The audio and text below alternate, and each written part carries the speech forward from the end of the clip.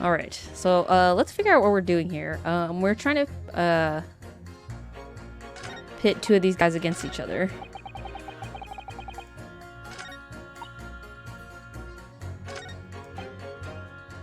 Blow to harden and gas pipe and extinguish everything in the house.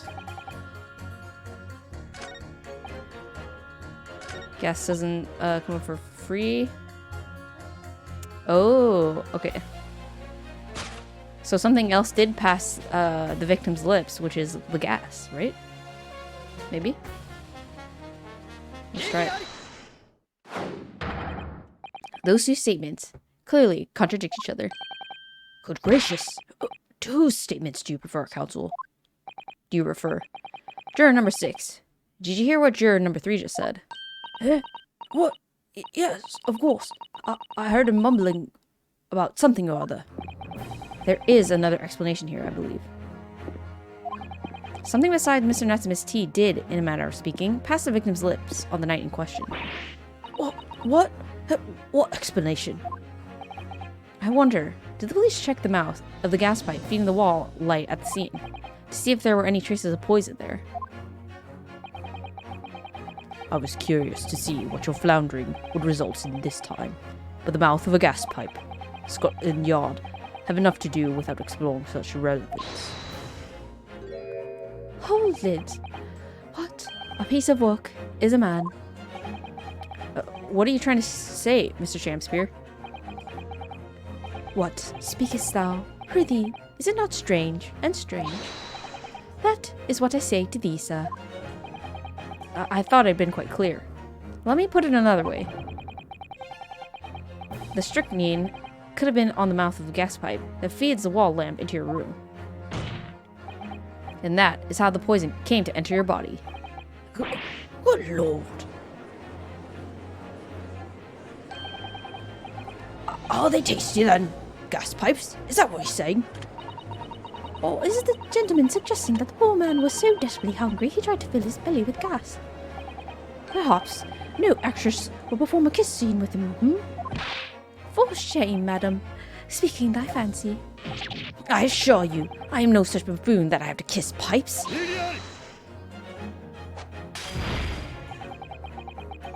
This is no summation examination. This is a farce. The prosecution will not stand for any more of my learned Nipponese's friend conjecture. To begin with, the lamp in the victim's room is high on the wall. In order to have placed his lips to the pipe that feeds it, he would have to be a contortionist. These are empty assertions. There is no possible proof that the man did as you say. It's true. I have no proof that Mr. Shakespeare put his lips to the pipe. However, I can say with some certainty that on multiple occasions, Mr. Shakespeare has been doing something in front of that lamp on his wall.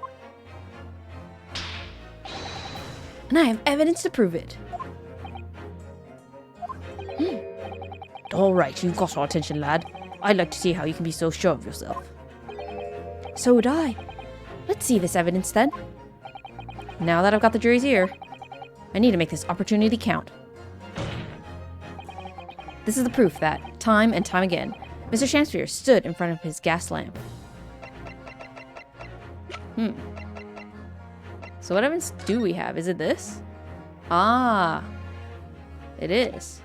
So that's why he had his hands on there. What the? These are? Wait, what are they called? Yes, skin prints that were found at the scene. Skin prints, counsel? I've never heard of such things. The Justice Ministry is currently assessing whether or not to permit fingerprints as evidence in court, however. My lord, this is an exciting new forensic technique developed by the great detective, Mr. Sherlock Sholmes. It reveals all the places that Mr. Shakespeare touched in his room. I've never seen anything like it. I mean, that's black magic, isn't it? Well, if anyone could invent something like this, it's that great Sholmes fellow, that's for sure. I agree. This month's edition of Engineering Thumbs was quite fascinating. We found the skin prints in many places that you would expect. On the table, on the costumes. However, Mr. Shakespeare also appears to have been touching some very unexpected places in his room. For example, here. Around the hanging picture there, indeed, multiple handprints appear to be visible. Well, I wonder, could he have been appreciating the artwork, perhaps? At first, my colleagues and I thought the same. However, imagine standing with your hands where those prints are, and would you find yourself directly you would find yourself directly in front of... I don't believe it. The gas lamp. Though the reason why isn't immediately obvious, it's clear that Mr. Shakespeare has regularly been standing with his hands to the wall in front of that lamp. Right, what have you been up to, you nut? Intense art enjoyment. I'd ask the court to recall juror number 4's earlier statement. Me? What did I say? You said that blowing into a gas pipe would make the lights in the entire building flicker. And now, if you recall juror number 3's statement. What? Me now? When the gas worker visited his home, blew with too much force into the pipe. It caused all the lights in the gas stove to go out, and gas to start leaking into the rooms. Obviously, that incident was an accident. However, the simple fact is, if Mr. Shakespeare were to have blown hard into the gas pipe here in this room, he could have extinguished every other light and gas stove in the building at will. Crikey! Are you suggesting that the man purposefully caused the gas to...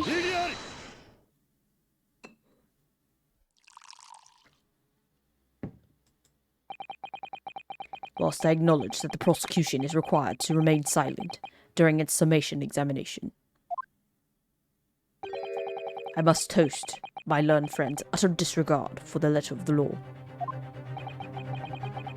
What is the meaning of this, Lord Van Zieks? This curious photograph, or whatever it is, presented by the defense, the so-called skin prints. Clearly, that cannot be accepted as any form of usable evidence in this case.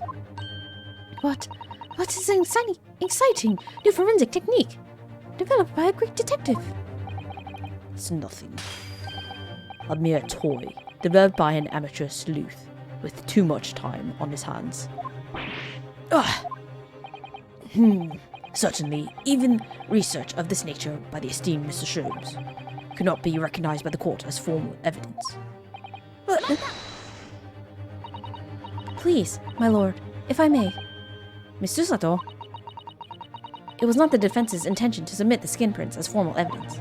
We merely wished to present the results of the great detective's investigation of the scene as a tool by which to explain the possibility to the ladies and gentlemen of the jury. And, if the trial were to come to an end now, we should never learn the truth behind these mysterious handprints that everyone has now seen. I don't believe we can allow that to happen, and I'm sure the jurors would agree.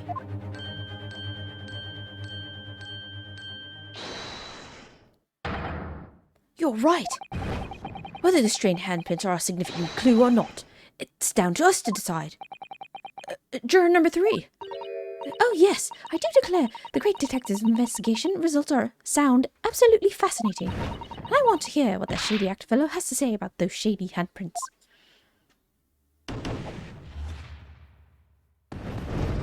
Noise. What's the matter with you two? That was foolhardy. Well, I did say it, didn't I? And I don't like to break a promise. No, wait! You heard his lordship. It's not fair, Duncan.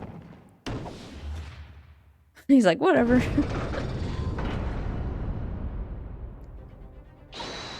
Oh, well done, Mr. Naruhodo. If just one more juror changes his or her mind, Mr. Natsume's trial will have to continue. Thank you, Mr. Sato, but I couldn't have done it without you. Oh no, it was you who identified the clue after all. This is very much your success.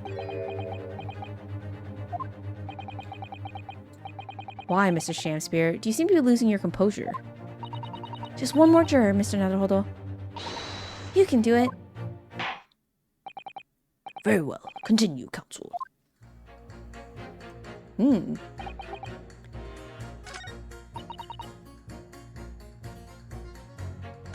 Okay, she's on her side. I'm very interested in the results of this great detective's investigation at the scene. We're the ones who should decide if the evidence is worthy of consideration or not. Us, the jury.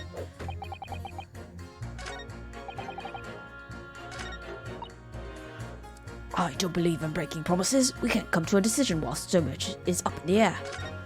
Okay, so this guy and this lady costs a fortune. T.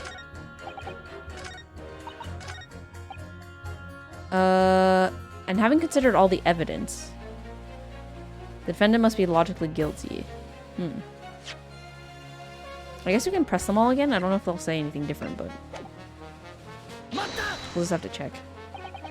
All the evidence, you say? That's right. And there's no room for doubt. It's all pointing back at the Japanese man with the mustache.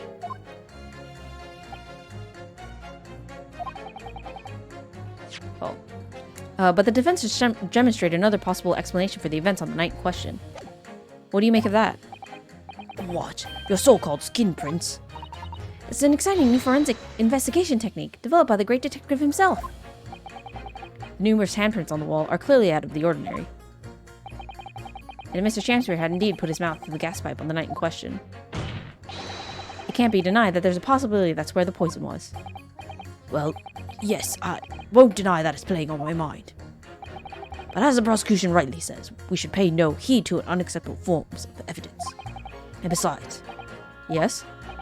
Even if the fellow has been up to some mischief with the gas pipe dozens of times before, it doesn't mean he's got up to the same shenanigans on the night in question, does it? Oh. If you can't make your case better than that, I'm afraid I can't change my stance. You do make a very valid point, sir. That's true. Perhaps I was a little hasty. No, wait! Look, you've got your chance here, haven't you? So it's time to prove your theory. If you and your Japanese cohorts can, that is. Just leave our nationality out of this, please. Mr. Naruhodo, we can't substantiate our position. I'm afraid that the jurors that changed their minds before may very well change them back. What can I do? Is there any more proof I can give here? Can I show that Mr. Shamsbury really did blow down the gas pipe on the night in question? I have supporting testimony. Because the fire should have gone out in other places. Which is kind of explains why Mr. Natsume has been having the gas... his fire being blown out. I'm pretty sure this should be it. No, in truth, I don't have any evidence to support my theory. However, there is witness testimony that substantiates it. What's that? Testimony? This is incredible. Whose testimony? Yes, it's all connected. Everything is linked. A person whose testimony revealed the details about the gas in the garret residence that night. Namely, obviously, I'm talking about the defendant, Mr. Sosuke Natsume himself. The defendant? At the very beginning of the proceedings here in court yesterday, Mr. Natsume said the following. My lodgings? There's been a whole series of strange happenings in my lodgings. Even on that fateful night it happened, when I returned from Mr. Shamsbury's room. I lit my gas stove and climbed into bed, but before long, the stove went out, and somebody tried to kill me. On the night in question, the gas in the defendant's room went out. So I asked the court, was it a mere coincidence, or not? Good golly. So that Shamsbury fellow blew air into the gas pipe to make the man's stove go out on purpose? Hold your horses there. What would he do that for? Mr. Foreman. What is it, man?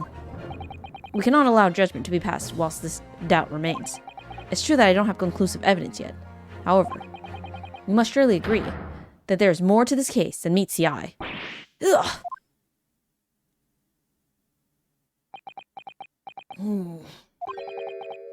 Fair enough. Like I said at the outset, I'm a man of logic, first and foremost.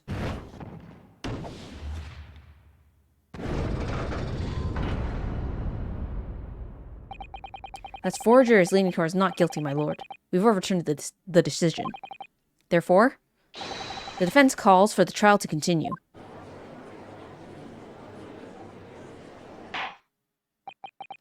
As the defense has rightfully indicated, the summation examination has concluded with a majority of jurors altering their decisions. 2 jury members now called guilty, 4 now called not guilty. Therefore, the jury's opinion is conflicted and, in accordance with the law of this land, I hereby order the continuation of this trial.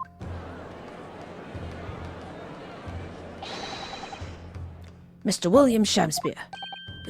My lord, how can thy humble Shamspeare serve thee? What say you in response to the various revelations made during the summation examination? So God mend me, I do solemnly swear, I recall aught of either the lamp or the pipe. But your handprints have made a tiny mess all over the wall there. How do you explain that, eh? I am done with this. The dignity of this great courtroom has been sullied enough already. Juror number 5. Who, me? As I went to some pains to point out already, a print from the self-professed detective's toy has no place in a British court of law. Ugh.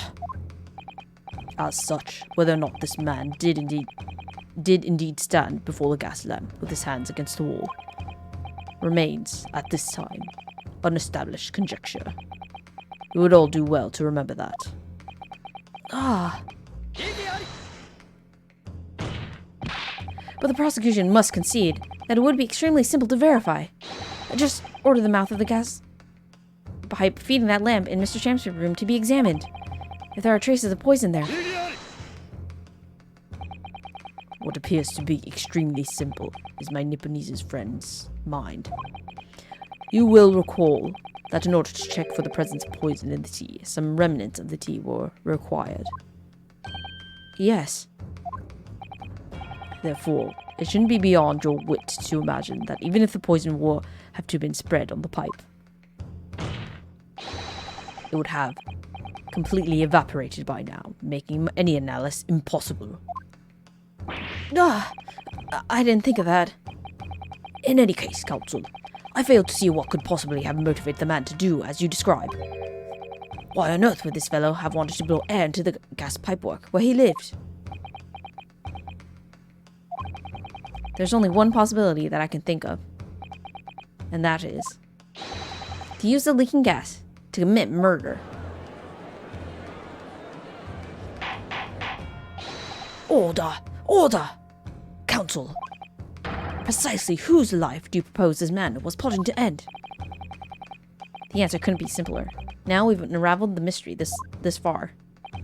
Mr. Shamspeare wanted to end the life of...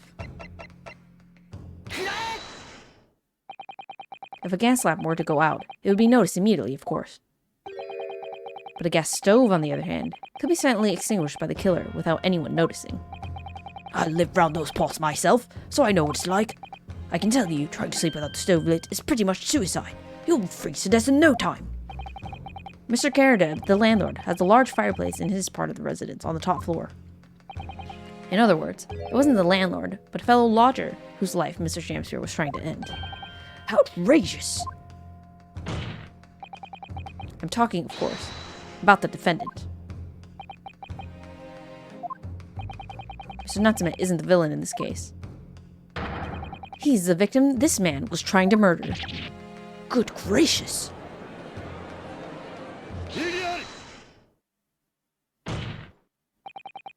The accused is actually the aggrieved. Interesting. However, the fundamental facts of the case remain unchanged. Namely, that the accused is the aggressor here. What? How can you still claim that? Let us indulge your fancies for a moment, and assume that there was indeed poison on the mouth of the gas pipe. The question that then arises is who put it there. Who did put it there? The only logical conclusion is that the person responsible was aware of this man's trickery with the gas supply and his intent to kill. Yes, that would indeed seem logical. If the assailant were unaware, how would he or she have known to lace the end of the gas pipe with poison? So now we must ask, How could anyone have known of Mr. Shakespeare's murderous designs? You mean to suggest? Naturally, the sole possible answer to that question couldn't be more obvious. Only the man whose life was being threatened could possibly have known. What? In other words, the person who put the poison on the gas pipe in what was a clear retaliatory attack can only have been the accused, Mr. Sosuke Natsume. Bah! Whatever Mr. William Shakespeare may or may have not contrived to do, he was nevertheless the victim of a potentially lethal poison attack. And the only person who could have possibly have perpetrated that attack is the accused, Mr. Natsume. The defense counsel's theorizing has failed to avert suspicion from the accused. Far from it. In fact, now that a clear motive for the poisoning has been successfully established, that suspicion is greater than ever. Would you not agree, my Nipponese friend?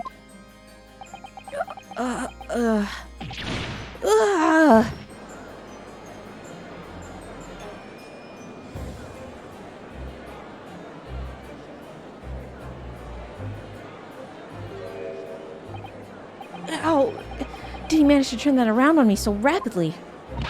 Mr. Naruhodo, you must respond. Otherwise, the members of the jury may very well change their leaning against us again. And this may be our last chance to gain the advantage. What advantage? Well, it would seem that somebody put poison on the gas pipe in Mr. Shakespeare's room, so we must name that person now and absolve Mr. Natsume of guilt. You mean name the true culprit? I know it might sound impossible, but if we fail to do that, I have no doubt that Mr. Natsume's fate will be sealed once and for all. As it happens, one possible culprit does come to mind. The evidence. The poison. It's all pointing to a particular person now. The prosecution calls for the jury to consider their leanings again. I trust you'll make the correct choice this time, Mr. Foreman. What? Don't you worry. I know exactly what...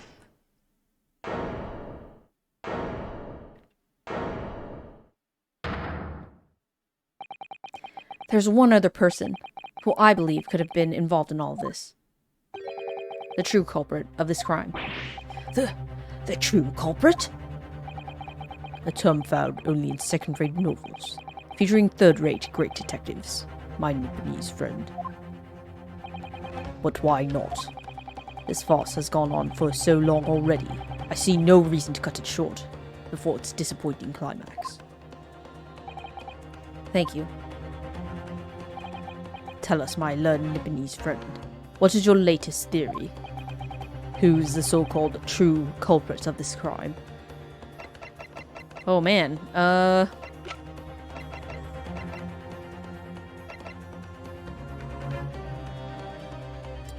So he passed away from gas poisoning.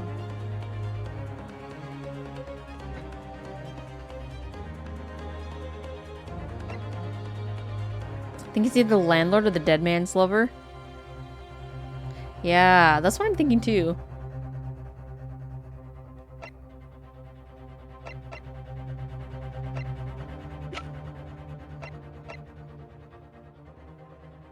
I don't think he would have a purpose of doing it though, because that makes less sense. So probably olive green.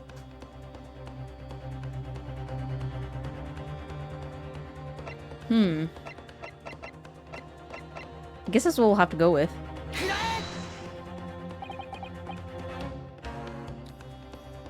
think we got it wrong. Oh wait, no, it's right. The name of the person responsible for the poison that affected Mr. Shakespeare is, I believe, Miss Olive Green. Miss Olive Green. Miss Olive Green. I do feel as though I've heard that name in the recent past, Counsel, but I don't recall where. Oh, Miss Olive Green, the woman from 6 days ago. the victim in the recent case of the stabbing on Briar Road. An incident for which Mr. Natsume was arrested, I hasten to add. My only reason for the landlord was picture with the dead man. Yeah. I think they didn't really have a relationship besides him being the tenant. So it makes more sense that it's olive green. Yeah. Oh, of course, yes, Miss Green. She was left comatose for some 3 days, I believe, but I hear she regained consciousness 2 days ago. I hardly need remind the court that Mr. Shamspeare's poisoning took place 3 days ago. Given that the woman was lying comatose in a hospital bed at the time, she appears to have a rather fine alibi. True, on the night that the incident occurred, Miss Green was in the hospital unconscious. So in the face of it, it wouldn't seem that she couldn't possibly be responsible. But still.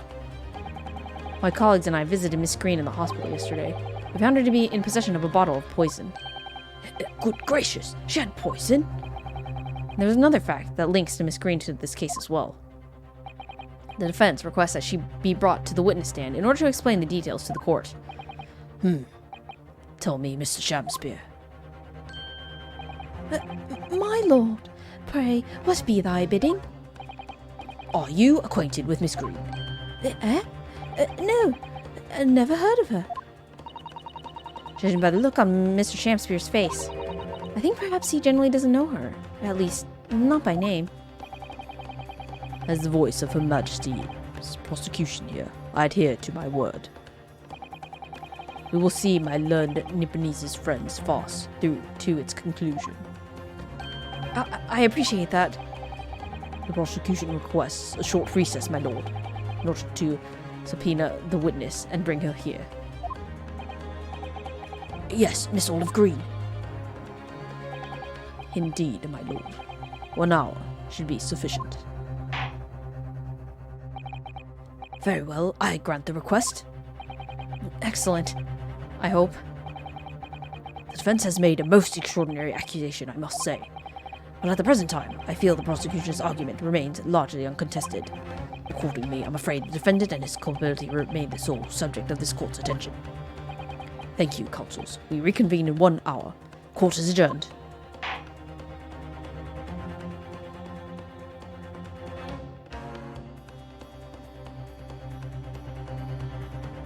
To be continued.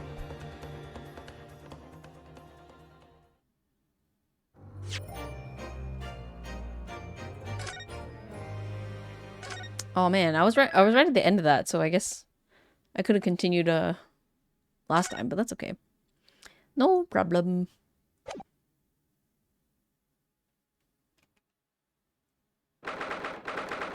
February 23rd, 11:32 a.m. The Old Bailey, defendant's antechamber. Joyful, jubilant jumping jacks! Oh, Mr. Natsume, I'm so pleased for you. Locum student Mr. Naruhodo Esquire, and non-locum judicial assistant Miss Mikotoba Esquires. Now, finally, at long last, there can be proof. Proof that I'm innocent and proof that my tea is innocent. Ah, good morning, my dear fellows. Herlock Sholmes! May you drink my tepid tea and fall forever silent. I thought that tea was innocent. Oh, Mr. Sholmes, you came. How wonderful. Please, save your derision. I know what you're all thinking. Good morning, he says, when it's very nearly time for luncheon. Your scorn is written clearly across your faces. Nobody said that or thought anything of the sort. The truth is, I was determined that today would be the day. As sleep seduced me last night, I thought, tomorrow, for once, I shall not oversleep. I'll rise early and be present in court to support my companions. Such spirited determination has beauty all of its own, does it not? Oh, yes. And then I began to muse on the subject. Why do people oversleep, I queried. Why, time after time, do they make the same foolish blunder? And the answer came to me at once. It's so delightfully simple. People oversleep because they sleep. Well, is that not an astute insight into the matter? Oh, yes. Upon which realization, I attempted an experiment. I didn't sleep a wink all night. And the results? By first light, I was exhausted and began to be assailed by fits of drowsiness. Shocking. And so, the conclusion of last night's experiment is this. A good night's sleep is quite simply essential. Yes, I think most of us probably knew that already. What others presuppose, I prove by experimentation. That, my dear fellow, is the scientific method. Ah, yes, and one more thing. Do you remember this? Yes, of course. It's the poison that Miss Green was about to drink at the hospital yesterday. Oh, you didn't manage to... It was a laborious task, as the bottle was near empty, but such inconveniences do not hinder Sholmes. I managed to confirm that it contained strychnine. So I was right. Perhaps. Though, of course, such circumstantial evidence doesn't prove Miss Green's guilt. I shall leave the bottle in your care now. But licking the inside of the neck is not recommended. The bottle of poison is a bottle found in the possession of Miss Green with the traces of slow-acting poison strychnine inside. Could I have a word? Could I have a word? Gregson, how good of you to come. Forget it. Excuse me. Wait a minute, Inspector. I, don't wish to make a nuisance of myself. The look on your face. I'd say it's someone else who you think is making a nuisance of himself. My dear Inspector, please speak freely. Pretend that I'm not here. Believe me, if I could do that, life would be a whole lot simpler for me. Do you have the results, Inspector?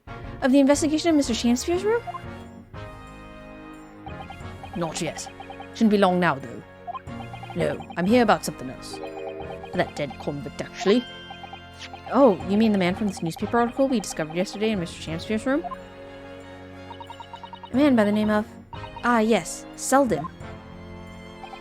I went through the archives at the yard and dug out the fellow's file. There's something in there that, well, caught my eye. Something caught your eye? What, Inspector? What?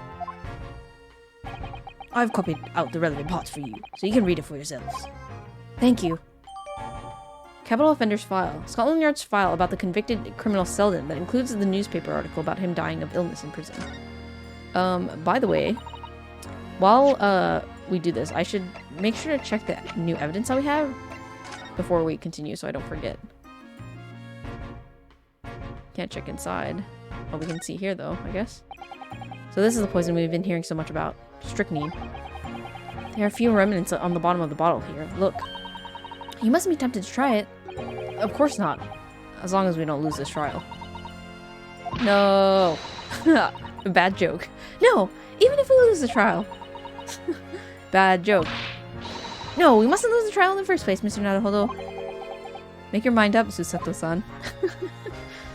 Oh, man. Okay. And then, the Capital Offenders File. Investigative findings related to Selden. 18 counts of burglary, 6 counts of suspected murder. Holy moly. Died of natural causes whilst in prison. His final moments witnessed only by his cellmate. The estimated £1,000 worth of loot he stole remains unrecovered. A condemned criminal dies of natural causes in prison. Manchester's Strangeways Prison announced the death of convicted murderer and burglar Selden by the natural causes in the early hours this morning. He had been suffering with a fever since the end of October. Alerted by the shouts of his fellow cellmate, medical staff arrived to find him already dead before his capital punishment could be carried out. Interesting. These documents include the details that were in the newspaper cutting we found in Mr. Shamspeare's room. I'll rearrange everything in the court record so we don't have to duplicate information. Why are you giving us a copy of this important file, though? Well, you're the ones who turned up the clue in the first place, aren't you? Well, I'm just making sure that things get handled in the proper fashion. Oh, Scotland Yard's workings are so wonderful. Indeed, my dear fellows. And the inspector here is a shining diamond in its crown. Shining diamond. In the rough, maybe. Look, I just don't want to be beholden to a lawyer, that's all.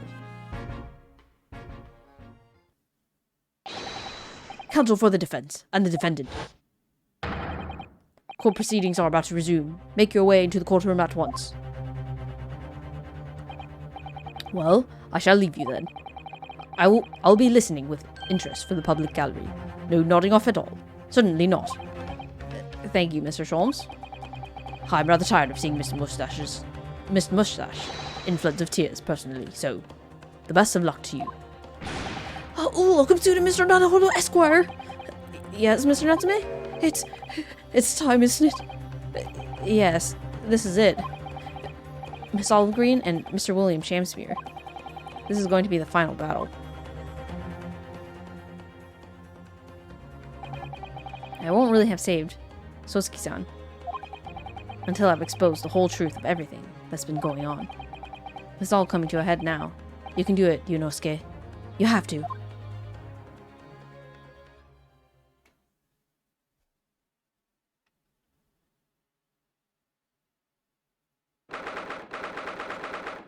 February 12:30 p.m. The Old Bailey courtroom.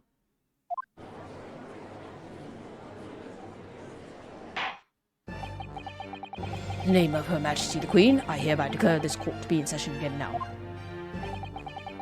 Before the recess, we heard a most startling accusation from the defense. Namely, that the victim of the case we heard here only a few days ago is a true perpetrator of this incident. A reckless, rash and prejudiced charge of wrongdoing in my opinion, my lord. However, the prosecution has tried to extend every courtesy to this amateur newcomer from dubious eastern shores. Thank you for that backhanded consideration. A rather cold assessment from the honourable British prosecutor, I must say. So, Lord Van Zeeks, there's a new witness present and ready to take the stand. Ready and waiting in the witness's antechamber, my lord. Very well. Bailiff, bring the witnesses in.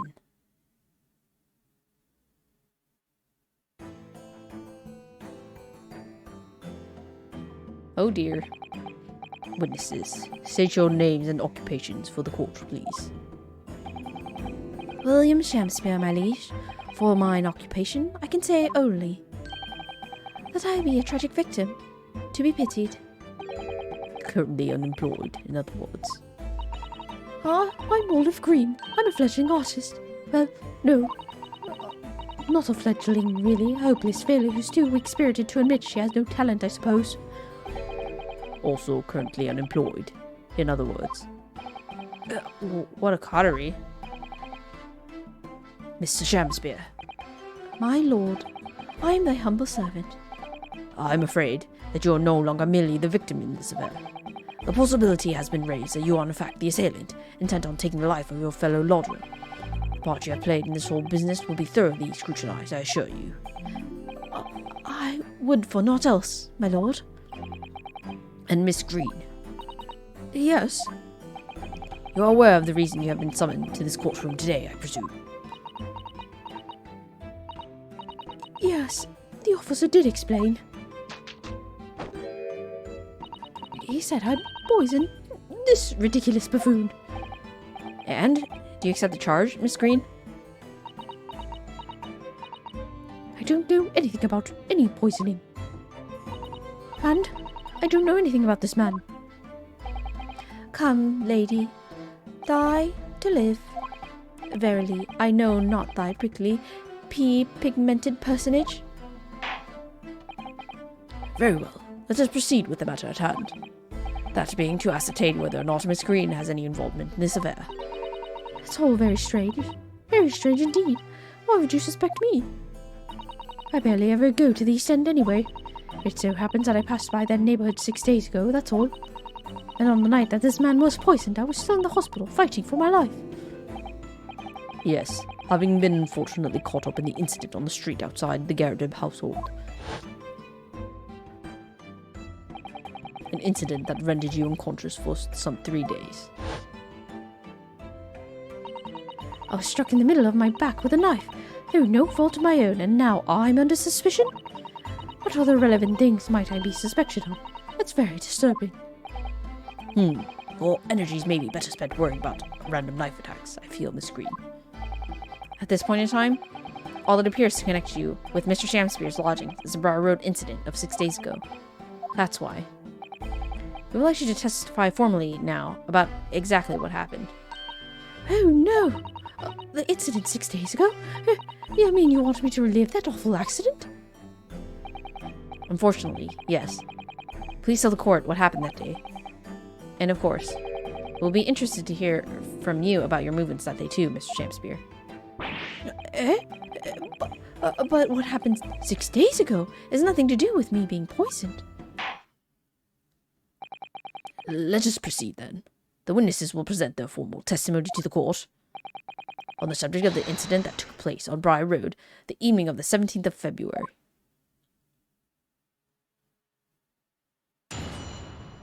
Witness testimony. The evening of the 17th of February. It was 6 days ago, about 5 p.m. I was walking along in the snow when I was suddenly stabbed in the back. Coincidentally, it happened to be just outside the house, where the men in this case have their lodgings. I was at the tavern on the eve of which thou speakest, for I had bespoke my supper. It was the first time I'd been in the area. I had a little matter to attend to, that's all. Anyway, I was admitted straight to the hospital, so I knew nothing about all of this business. Yes, a second incident inside a week at what I believe to be aptly described as the haunted lodgings. Only one can presume that this is a most unfortunate coincidence. Meanwhile, you say you were not in your room, Mr. Shakespeare. 'Twas the following morn, when I did awaken, that I learned of the dire events. Mary, what a commotion did the officers of the law make on the floor above mine. When Sosuke-san was arrested on suspicion of attempted murder. As suspected, there was nothing connecting these two witnesses but Hop and Sons.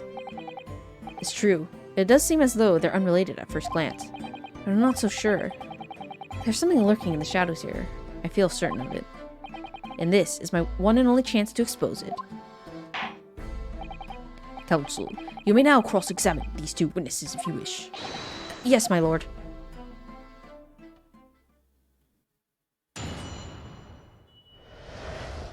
The evening of 17th February.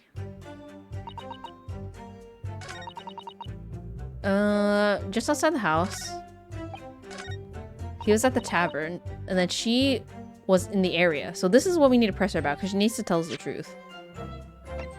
Because I think I understand why they're connected now. What little matter, Miss Green? Please elaborate. It was nothing really. It's not worth mentioning. If you remember, you mentioned it to us yesterday at the hospital. It was related to the card you were holding. Miss Green.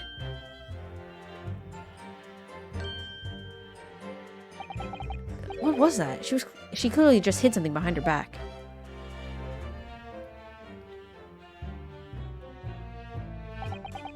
From memory, I believe the card contained a note that read, I have information regarding the death of Duncan Ross. Oh, what does that matter? This has nothing to do with Duncan.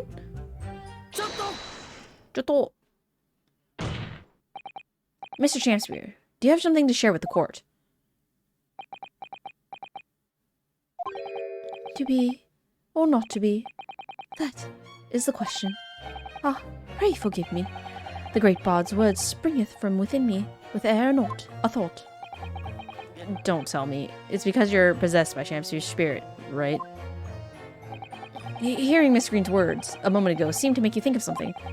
Something of relevance, perhaps? Well, nay, sir, 'twas nothing at all. Presumably you know the name, though. Mr. Duncan Ross, I mean. After all, you were both lodgers in the same house. I would it was so, but sadly, nay. Lodging be a lonely occupation, sire. My lodging fellows be rarely known to me. So you haven't heard of him, even though he passed away in the room, just one floor above yours. Miss Green. Me, my lord? Have I done something wrong? The card that was mentioned before, containing the note. Do you have it on your person? I do, yes, but I don't need it anymore. In fact, I should throw it away, really. Before you dispose of it, the court will take it as evidence, please. Miss Green's card. A note in the envelope that seems to have been ripped open rather roughly. It contains instructions to meet with someone who claims to have information about Duncan Ross. Heh, now we know.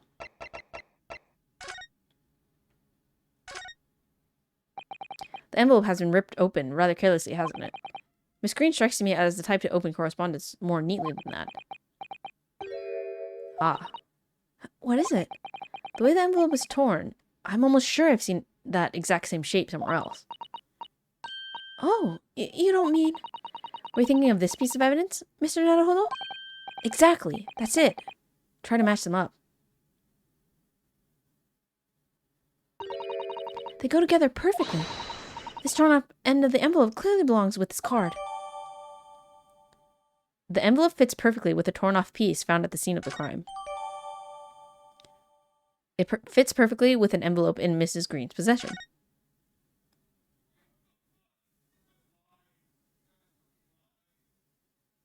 Okay, nothing else. I guess we don't really need to see what's inside the note. That's not the relevant part to us. Of course. That's what links Mr. Shamsphere and Miss Green. It's Duncan Ross.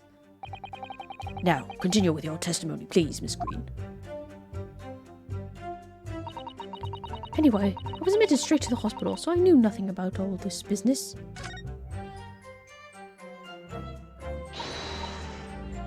Oh, Mr. Naruhodo, you pursued Mr. Shamsphere wonderfully there. It's worked out well, hasn't it? We have a new clue at last. Alright, now I need to pull off a really insightful objection somewhere. Well, as you've managed to expose this promising new angle, I wonder if you should perhaps try to develop that? Ah, yes, of course. And yelling out objections isn't necessarily the best way to do that, I suppose. Okay, stabbed in the back. Just outside the lodgings. At the tavern. First time she'd been to the area. So I knew nothing about all this business. I guess we can press about the tavern, maybe?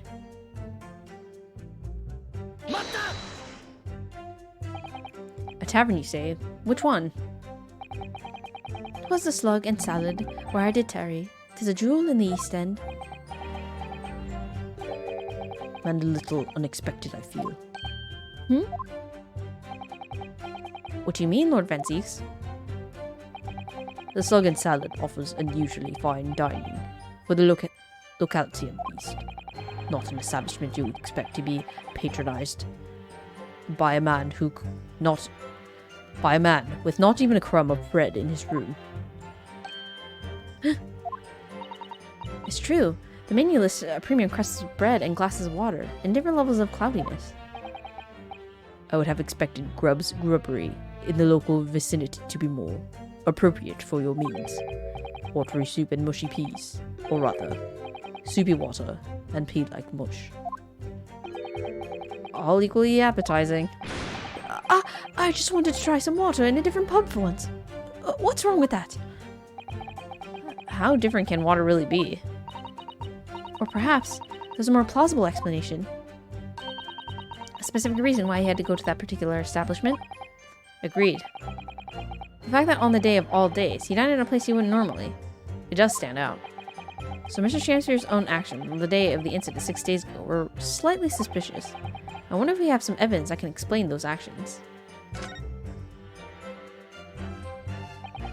Mr. Shamsphere. Yes, sire. On the day in question, is it not the case that you visited the Slug and Salad, a place you don't normally patronize? For a very particular reason. I don't know what you're talking about. Pray, if thou hast some purpose, speakest. No, keep objecting, that's your whole thing. It's true. Very well. I will present the court with evidence. Evidence that explains why you had to be at the Slug and Salad that day. Namely, I believe this card reveals the answer. Good lord. Mr. Green's card, you mean? That's right, my lord. It reads, I have information regarding the death of Duncan Ross. Come to the Slug and Salad on Brower Road at 5 p.m. on the 17th. Don't tell anybody else about this letter or the meeting. It is a matter of utmost importance. Mr. Shamsphere, your actions on the afternoon of Miss Green's stabbing are exactly as described in this note. Ah. Personally, I find it hard to believe that's a coincidence.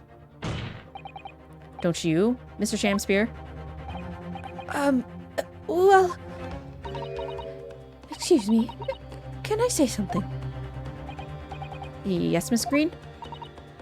That card was was delivered to me. That doesn't have anything to do with this odd man, does it? Oh, well, you'd think so, yes, but it's hard to believe that is merely... My lord, may I? May you what, Miss Green? I'd like to make something very clear about that card. Very well, then. You may amend your testimony to include the details about the particular note. This note was delivered to me at my address. It's nothing to do with the odd man next to me here. I think you said that you received it the day before the incident, didn't you? Yes, that's right. There appears to be no indication of the sender's name or address on the envelope. It was in my letterbox, and that's all I know, I'm afraid. I have no idea who sent it. I have information regarding the death of Duncan Ross. Who is this Duncan Ross, please? A friend of mine. He attended the same art school as I do. He passed away in a tragic accident a month ago now, though.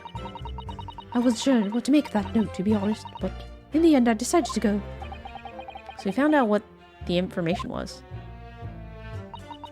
Of course I didn't. You're not thinking straight. Whilst on her way there, she was stabbed in the back. As my learned friend hopefully remembers. Ah, yes, of course. She never made it to the meeting. Okay, this is the same thing.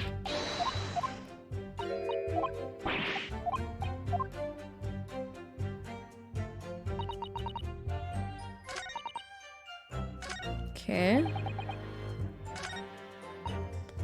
First time she's been to the area. This note was delivered to me at my address. There's nothing to do with the man here.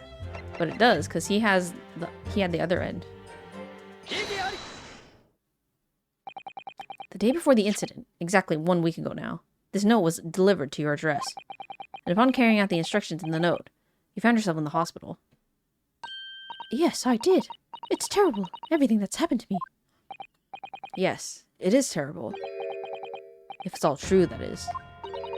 What do you mean? Miss Green, have a look at this, please. It's a torn off end of an envelope. Oh, is it? And it so happens that it fits together perfectly with the envelope of the note you received. Where did you find that? In Mr. Shamspeare's room. In my room? Mr. Shamspeare, do you perhaps remember this note from somewhere? Well... Your actions that afternoon follow the instructions in the note to the letter. Come to the Slug and Salad on Briar Road at 5 p.m. on the 17th. And so that's exactly where you went. Let me ask you again, Mr. Shamspeare. You already knew about this note, didn't you? And you, Miss Green. Oh, what did I do? As this torn off end of the envelope proves, the note was originally in Mr. Shamspeare's room. So how is it that it came to be in your possession? I don't have the first idea. I'm just a fledgling artist after all. There's only one explanation. You broke into Mr. Shamspeare's room and stole it. You did what?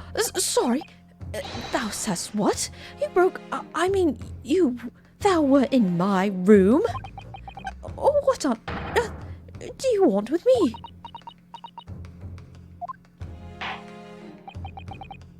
It would seem that both witnesses need to testify again.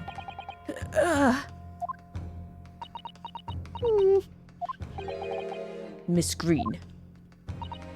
Yes? Whilst you have the court's sympathy, I'm sure, for the suffering you have endured in recent events, anyone found to be giving false testimony in a court of law will be duly punished. Please bear that in mind.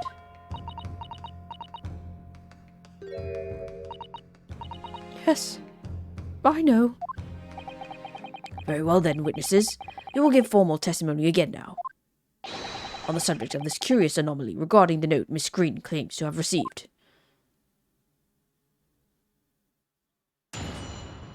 Wow, I didn't expect that, I guess. But it makes sense now. I do remember now. 'Twas a week ago. Peradventure, that note was delivered unto me. On the day written therein, I did tarry at a long hour at the slug and salad, yet nobody came. Thereafter, on the evening I shared the company of the Japanese fellow, I did see the note that had vanished. I don't know what you mean.